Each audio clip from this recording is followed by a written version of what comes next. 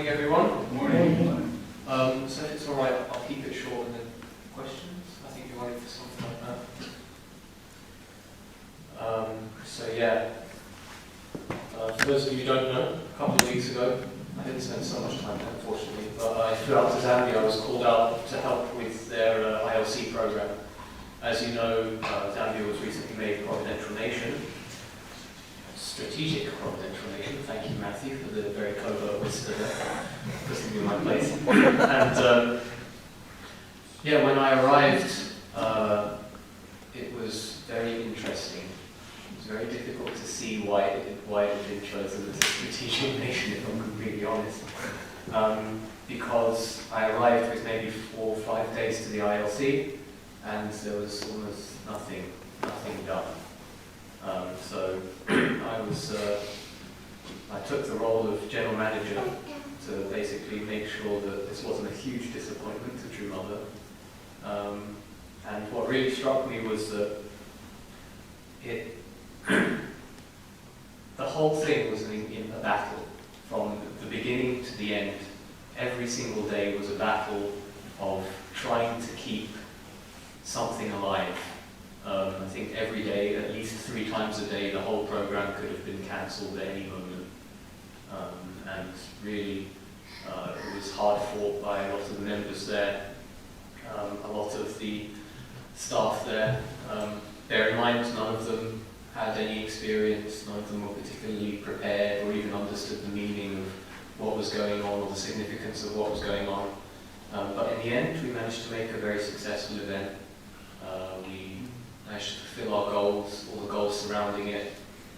So our goals were to have something in the Parliament, to have the head of state represented, to have the chiefs. So the chiefs in Zambia are actually very influential. It's not like in other countries where the chiefs are kind of politicians that you don't have to listen to, or the real politicians do all the work. To make a supreme impact on the chiefs, to witness to 120 young people over a 40-day period, and to get them into a 7-day workshop and have them receive a positive result afterwards, as well as a few other minor goals. And we managed to achieve all of those things, very thankfully. It was tough. I literally was teaching up until 15 minutes before I left to the airport, and I landed last night. Slept, and now I'm here, so I still haven't quite recovered yet. But it was quite a profound experience. Managed to spend a lot of quality time with Kwanjin, managed to spend a lot of really productive time with the team out there, Auntie Kathy Reedy, Thomas Walsh, of course, Reverend Kamara. Really kind of, it was really frontline stuff. So yeah. Has anybody got any questions? Yeah. So, what does IAPP stand for? What is that all about? So IAPP is the new program that Mother has launched, kind of through UPF. It's the International Association of the Parliamentarians for Peace. So at the moment, it's still kind of going through a proposal stage where we are creating an association of world leaders. Not just parliamentarians, but according to the country, people that take that leadership role and have them sign a resolution. We print this great big banner and we have people, hundreds of signatures on it,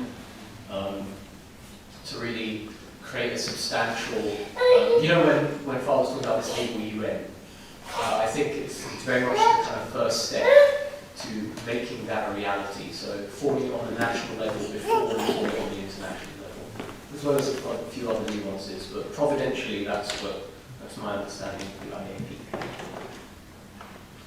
Any other questions? Yeah? You mentioned you were doing some lecturing.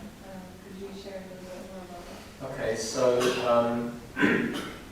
the situation in East Africa at the moment, I don't know if anybody has met Reverend Kamara, or maybe the family, but he's a dynamic, a dynamic person that pushes people very hard, and I very much believe he's the right person to be leading that region, because people they definitely need pushing.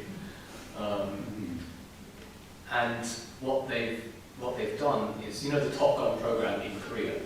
They have this Top Gun Africa as well, and he made it a prerequisite to that program. If you want to go and you want to meet your parents and you want to do this and that, then you have to dedicate your life to a full-time mission for a certain period of time. So there are a group of, I want to say 30-something or other, second generation and young first generation in Zambia at the moment, from all over East Africa, and they were the ones in charge of doing that 120 young people with this condition. And I was with them for a long time. The historical story of our church in Africa is a very sad one, and it's quite shocking actually, and almost not surprising given the historical, the political and historical culture in that region, and the way that their education is very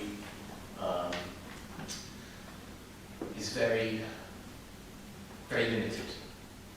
So even even on the way here, I had to, I think 40 kilograms was my limit for traveling to Africa, and about 30 kilograms was me hauling over True Father's autobiography through customs and things like that, because they really have not received what they need to receive.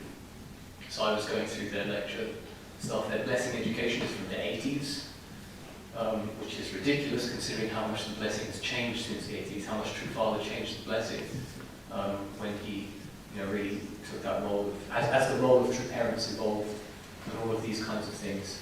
So I ran with the special emissaries and things over there a short 2-day, 3-day seminar, 3.5 days, because I couldn't afford to stay another day. Very much educating on more artistic internal things. Because what they have is somebody reads Exposition of Divine Principle at them and gets some slides and points at a yellow book, and that's all they have. But still, given that, they've decided to dedicate their lives to full-time mission. So I really wanted to inject something a little bit more artistic, teaching also about the history of our church, going through things that they don't receive, like the meaning of the pledges and things like that, which they really need on their mission, because they're alone out there on the front line for the first time ever, and the first time it's happened in that continent for a good couple of decades. So that was pretty much what I was doing when I wasn't in IFC. Is that all? Maybe I don't want to take too long. Yeah? What can the UK do to support Zambia?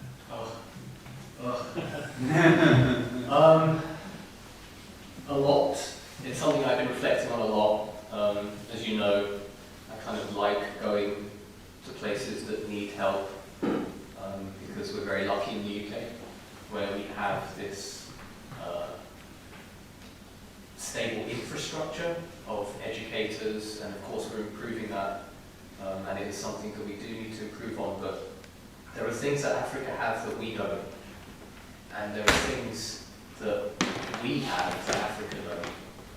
And I really feel, one of the reasons I went is I really feel that the UK has such a strong providential responsibility over Commonwealth nations and over European nations. And I really do not believe that we do enough to really embrace that responsibility. It's kind of coming down to crunch time, providentially, and with the release of these strategic nations,